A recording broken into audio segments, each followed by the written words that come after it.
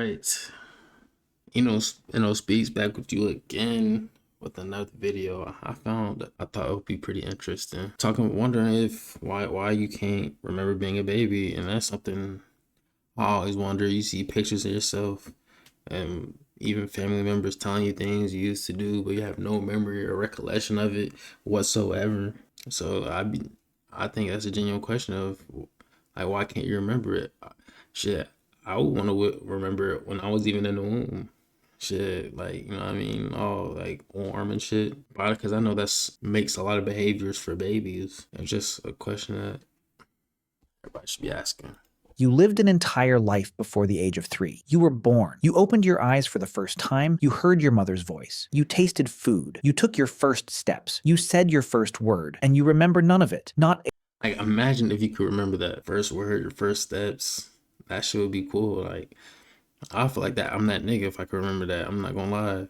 Cause what do you mean? I remember when I took my first step, nigga. Like, that's a flex, my opinion. Shit. a single moment. Most people assume the answer is simple. Your brain wasn't ready yet. You were too young, but that's not quite right. And the real answer is far stranger than you'd expect, because your baby brain wasn't failing to record your life. It was recording everything. Your memories were there, but something destroyed them. In 1905, Sigmund Freud became the first person to put a name to this phenomenon. He called it infantile amnesia. Babies can form memories. We know this for a fact. In the 1980s, psychologist Carolyn Rovey Collier at Rutgers University ran an elegant experiment. She tied a ribbon from a baby's ankle to a mobile hanging above their crib. The babies quickly learned that kicking made the mobile move, and they loved it. When she brought the same babies back days later, they remembered. They started kicking immediately. Even 2-month-olds could hold that memory for a couple of days. 6-month-olds remembered for weeks. So infant brains can learn. They can store information. They can recall it, but those memories don't last. By adulthood, every trace is gone.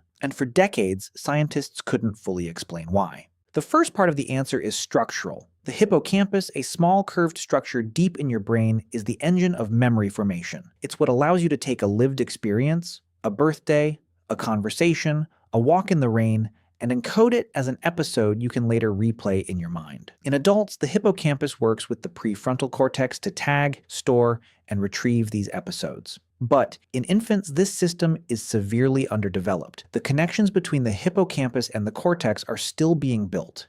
Key regions like the dentate gyrus, which acts as a gateway for new memories, aren't fully wired until somewhere between ages 2 and 4. So your infant brain could So that's why you remember random ass memories, like you just randomly waking up while you 5 years old, sitting on top of a bunk bed with fucking Ninja Turtle shoes.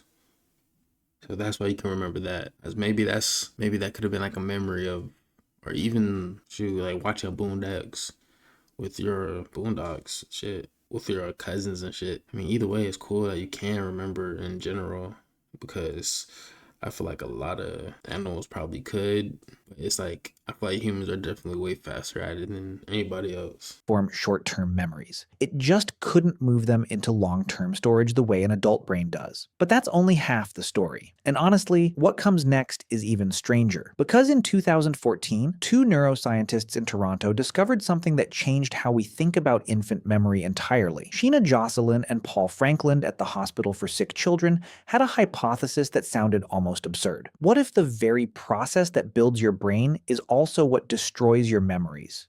Here's what they meant. In the first years of life, your hippocampus is producing new neurons at an extraordinary rate. This is called neurogenesis, and it's essential. Those new brain cells are what wire up the circuits you'll use for the rest of your life. But Jocelyn and Franklin suspected there was a cost. Every time a new neuron integrates into an existing circuit, it disrupts the connections that were already there, the connections that were holding your memories. To test this, they ran experiments on mice. When they artificially increased neurogenesis in adult mice, those mice started forgetting things they had previously learned. And when they slowed neurogenesis in infant mice, those infant mice held onto their memories longer than normal. The results, published in the journal Science, pointed to a deeply counterintuitive conclusion. Your baby brain wasn't too weak to hold memories. It was too busy growing. The same explosion of new neurons that built your brain also overwrote the memories stored inside it. Your earliest experiences weren't lost because they were never saved. They were lost because your brain kept building new rooms and tearing down the old walls in the process. But there's a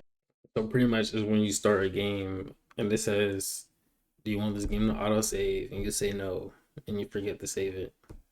Another layer to this, and it I feel might like be the that's a strangest part of all. To good way to form what put it. scientists call autobiographical memory, the kind of memory where you are the main character of an experience you can replay in your mind, you need something most people take for granted. You need a sense of self. You need to understand that you exist as a person, separate from the world around you, that things are happening to you. Developmental psychologists Mark Howe and Mary Courage argued in the late 1990s that this is a critical missing piece. Before roughly 18 to 24 months of age, infants don't recognize themselves as distinct individuals. The classic test for this is simple. Put a dot of rouge on a baby's nose and place them in front of a mirror. Before 18 months, babies treat the reflection like another child. They don't reach for the mark on their own face. After 18 months, they do. They recognize that the person in the mirror is them. And that moment, the birth of self-recognition, closely tracks with the earliest age at which autobiographical memories can form. In other words, you can't remember being a baby partly because there was no you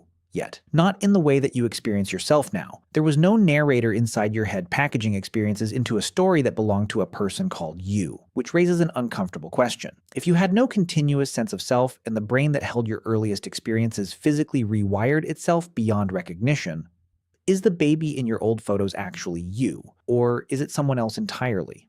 Someone who lived in the same body? Just you without full consciousness. Like, you still don't know that you exist, really. You just know that you're experiencing. That's why I feel like it is. That's why you don't store those memories, because you don't know you exist. You just know that you're there. Think about it. That's why children are some of the most innocent people, because you really don't know what you're doing. You're just existing. And when you're existing, you're just existing in the moment, then you're free. Like, you know what I mean? Like, you're not thinking about nothing, nobody. Don't care about nobody or what they have to say. You're just doing what you want to do because you're there and it's in front of you. Without that, oh damn, I'm like, oh shoot, I'm real. Then I feel like that's way different, because it's in that, even in essence, you're experiencing life in a different way.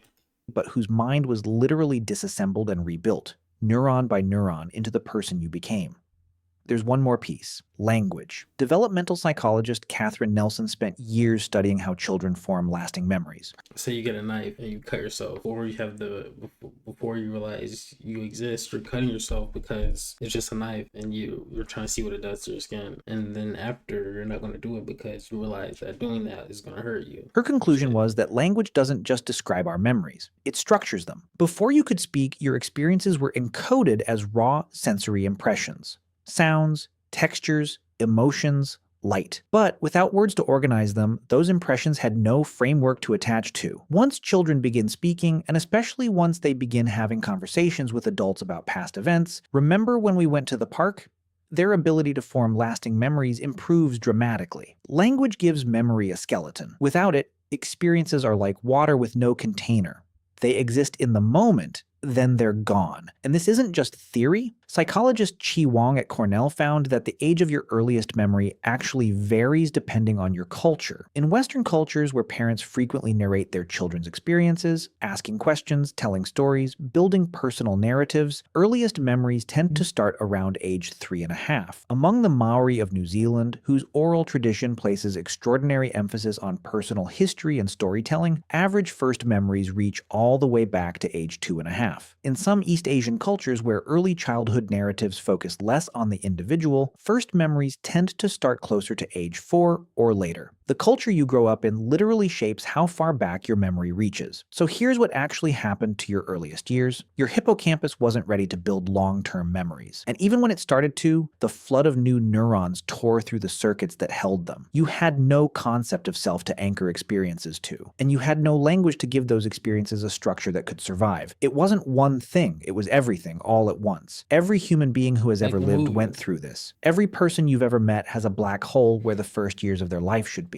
And the answer to why isn't that your brain was too simple. It's that your brain was doing something far more important than remembering. It was becoming you, and that required, quite literally, destroying the person who came before. That was a nice video. Very educational, very informational.